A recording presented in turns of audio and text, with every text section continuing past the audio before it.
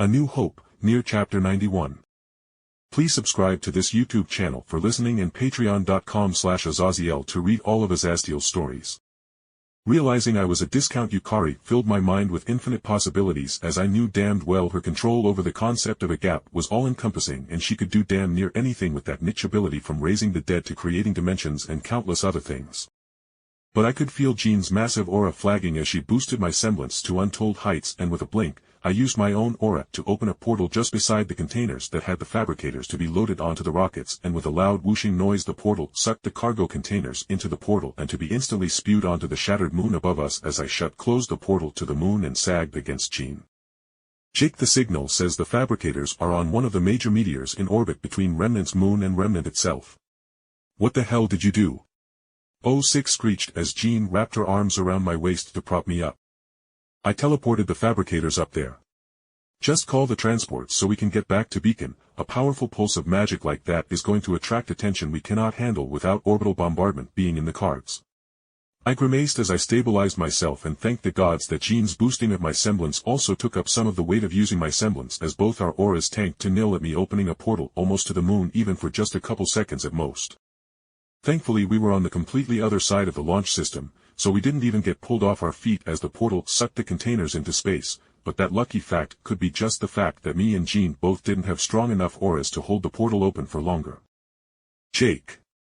Did you seriously just throw a space station up into space because Jean was pouring her soul into you and giving you the strength to do such an impossible task? Pyrrha spoke with an utter deadpan as she looked between me and Jean. Such a disgusting pair. It's like the two are out of some terrible romance comic, so they hold hands and banish the evil queen to outer space or something. Ruby spat, and her words gave me an easy idea of how I could deal with Salem, the immortal queen of the Grim here on Remnant. Ruby, you are a genius, I said excitedly as I tiredly hugged Ruby in my arms and spun her around, making her squeak out in surprise before I dropped her dizzy form on the ground and dragged Jean off to tell Weiss we were leaving soon. A couple of minutes later, after explaining to Weiss that with Jean's hacking semblance as well as my own being boosted I could easily at any time send out things into space for a couple of seconds, I left the cargo container with her and Jean as we walked over to 2B, who was showing Ruby how to use a Yorha railgun that shot depleted uranium and other super dense rounds.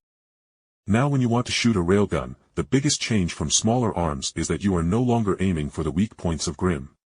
With the railgun, you need to be hitting the largest part of the body, as the round is also an explosive round, so once it penetrates it will explode. 2B spoke as she coached Ruby, and then it got weird. This wonderful gun design was partly inspired by Jake in his Humanity Supremacy Trinity line of munitions. The Holy Bolter, Melta, and Flamer. 2B spoke with reverence, but Ruby with her weapon fetish just overlooked all the dogma and wanted to know more about the weapons in question.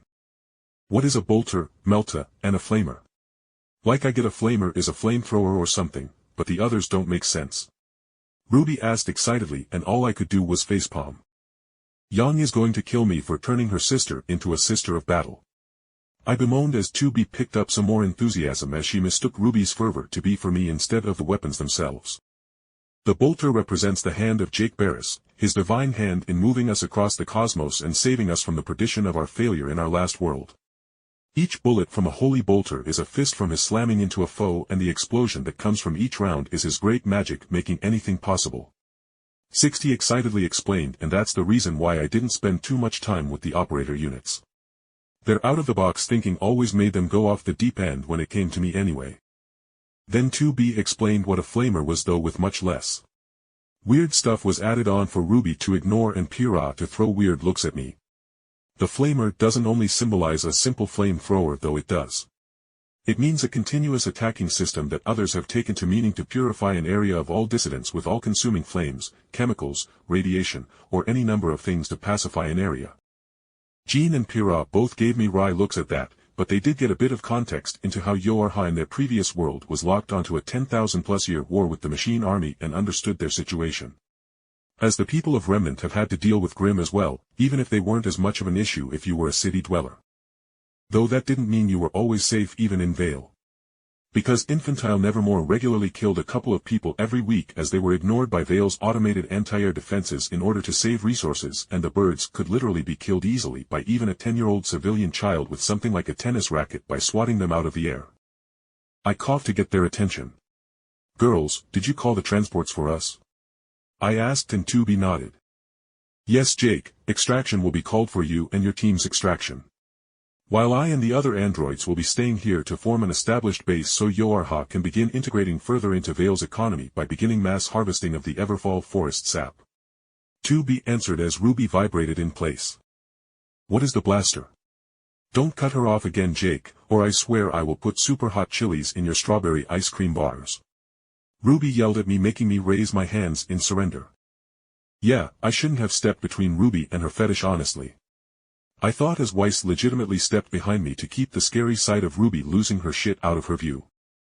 6-0 then continued the cringe religious dogma-filled description of the blasters that Yorha used in Tesla cannons from like Fallout that I encouraged the creation of as Yorha androids were mostly devoid of long-range options in the field and that one was perfect against machine forces due to its shooting a beam of pure energy that would disintegrate a meter of concrete in less than a second.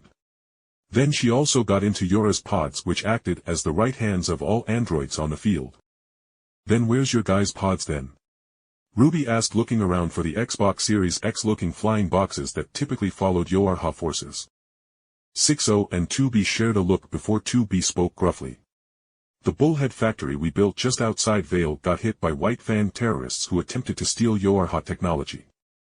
I frowned and looked at my androids in complete confusion on why in the hell I never heard about this and when 2B continued my eyes couldn't help beginning twitching as I covered my face.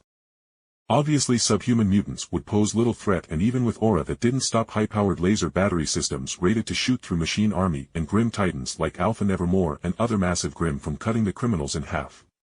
2B spoke callously before she added on. I meant to say that almost all of Yorha pods are currently helping secure other Yorha facilities as some of the White Fangs survived the attack so we are not sure if they will retaliate somehow. Thank fucking God Blake wasn't on my team despite her having the greatest ass in RWBY, she would be screaming right now. I thought screaming myself internally. I just turned around with a soft thumping noise. I just hugged Jean and screamed into her chest as I wondered if Adam Taurus the Vale leader of the White Fang died.